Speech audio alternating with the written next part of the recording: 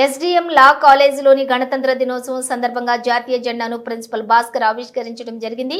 ఈ కార్యక్రమంలో భాగంగా లా కాలేజ్ తరపున లా విద్యార్థులకు విద్యార్థినులకు ఆటల పోటీల్లో గెలుపొందినటువంటి విజేతలకు బహుమతులను అందించడం, గోల్డ్ మెడల్, సర్టిఫికెట్స్ ను విద్యార్థులకు అందజేశారు.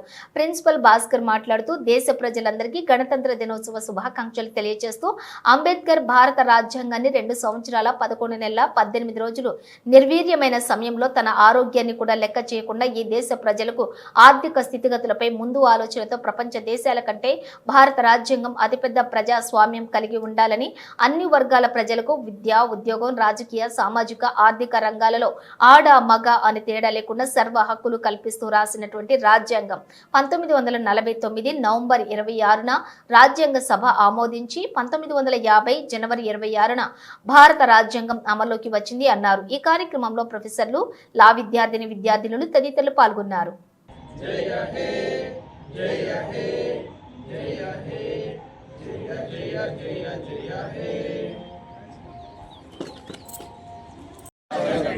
భారతదేశ ప్రజలమైన మేము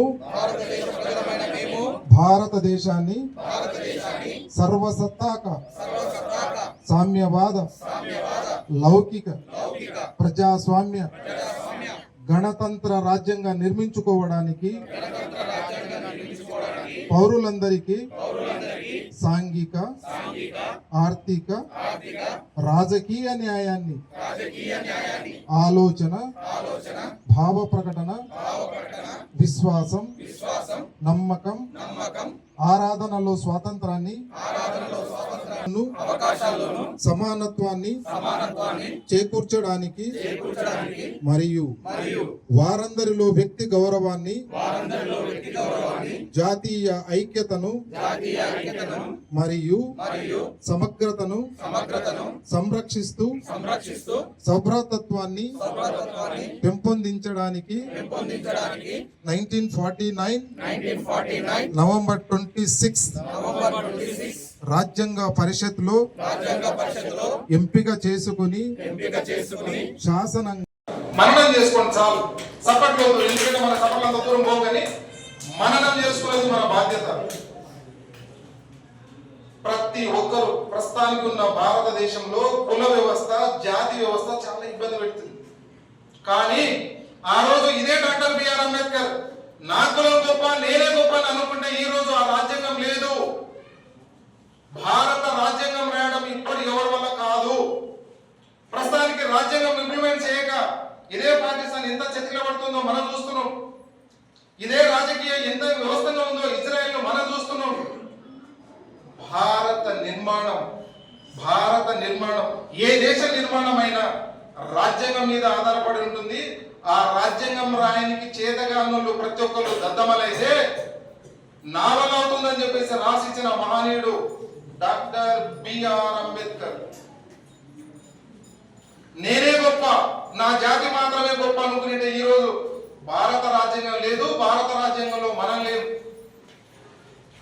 శాసనాలు అమలు చేయాలన్నా, ఒక వ్యవస్థను ఇంప్లిమెంట్ చేయాల్సిందా, దానికి కావాల్సింది రాజ్యాంగమే. ఎందుకు తెలుసా? రాష్ట్ర శాసనాలను కట్టుబడి ఉండాలి. తను ఎంత తోపైనా, తను ఎంత మహనీయుడైనా, రాజకీయంగా ఆర్థికంగా ఎంత శక్తులున్నా రాజ్యాంగం చెప్పినట్టు వినాల్సింది. అది భారత రాజ్యాంగం. ప్రపంచంలో 3వ వ్యవస్థ మనది. ప్రపంచంలో 3వ వ్యవస్థ నెంబర్ 1 అమెరికా. అయితే ఇదే ఇంగ్లాండ్ రాసిచ్చిన ఇదే రాజ్యాంగాన్ని 1934లో గవర్నమెంట్ ఆఫ్ ఇండియా యాక్ట్ మనం ఇప్పటికీ ఇంప్లిమెంట్ చేస్తే ఇదే అమెరికా, ఇదే జర్మన్ దాన్ని తీసేసింది. అది వాళ్ళ ఘనత. తీసేసినారు. బ్రిటిష్ వాళ్ళు ఏదైతే ఆర్టికల్స్ ఇచ్చినారో మా వల్ల మేము కూడా తయారు చేసుకుంటామని రాసిస్తానంటే భారతదేశంలో రాసిచ్చిన ఆర్టికల్స్ తీయడం అంత సులువు కాలేదు. అంత కఠినంగా రాసిచ్చినారు. ఎందుకంటే భారతదేశంలో ఉన్న రాజకీయ నాయకులు కావచ్చు, భారతదేశంలో ఉన్న కుల వ్యవస్థ కావచ్చు, భారతదేశంలో ఉన్న జాతి వ్యవస్థ అంత దృఢంగా ఉంది. దాన్ని మార్చలేకపోయింది. అది భారతదేశం యొక్క దుర్దినం అనొచ్చు. దాన్ని 1930 మనకు స్వతంత్రం వచ్చింది 1947. 1936 మన భారతదేశం గురించి రాసిచ్చినట్టే వాళ్ళెంత మేధావులై ఉండొచ్చు, వాళ్ళ ముందు చూపు ఎంత బ్రహ్మాండంగా ఉండొచ్చు. అదే ముందు చూపు మనకి ఎందుకు ఉండకూడదు? చాలా మంది సార్ నేను ఆల్రెడీ పార్ట్ టైం జాబ్ చేస్తున్నాను సార్. పార్ట్ టైం జాబ్ చేయడం కాదు, అదే ఫుల్ టైం దీనికి కేటాయించవచ్చు కదా లాకి. సార్ నేను పార్ట్ టైం చూస్తున్నాను, మీరు లాను పార్ట్ టైం గా చేయాల్సింది. ఫుల్ టైం చేసేసారంటే నీ నిర్మాణం మారుతుంది కదా, నీ భవిష్యత్తు నిర్మాణం మారుతుంది కదా. వేరే వాళ్ళ మీద ఆధారపడి ఉండాల్సిన పరిస్థితి మనకు రాదు కదా. దానికి ఎగ్జాంపులే కదా మన డాక్టర్ బిఆర్ అంబేద్కర్ నుంచి మాట్లాడుతున్నది.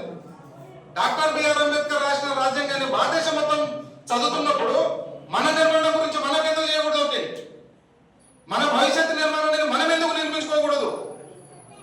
సార్ నేను పార్ట్ టైం చూసుకుంటున్నాను సార్, ఆల్రెడీ నాకు వేరే జాబ్ ఉంది సార్ పక్కన. ఆ జాబ్ చిన్న జాబ్, అది నీకు ఉపయోగపడని జాబ్ అది. కానీ ఇదే వకీల్ స్థానం భవిష్యత్తు నిర్మాణాన్ని, నీ స్థానాన్ని, నీ గౌరవాన్ని కూడా ఉంచుతుంది కదా ఒక స్థానంలో. అది ఎందుకు అర్థం కావట్లేదు?